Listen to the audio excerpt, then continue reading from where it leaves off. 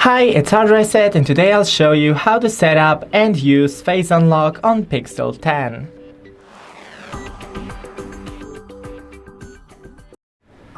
So first go into the settings, then security and privacy, scroll down to device unlock, and here set up fingerprint and face unlock setup.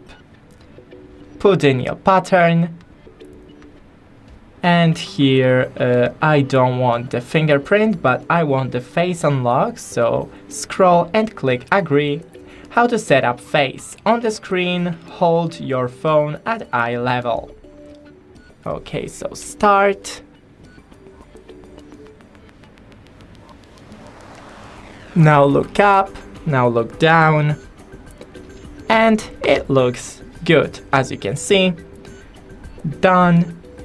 Now lock your screen, unlock it, and now I'll just look in the camera, and as you can see right here, I'll show you once again. Unlocked by face, so just scroll and it works.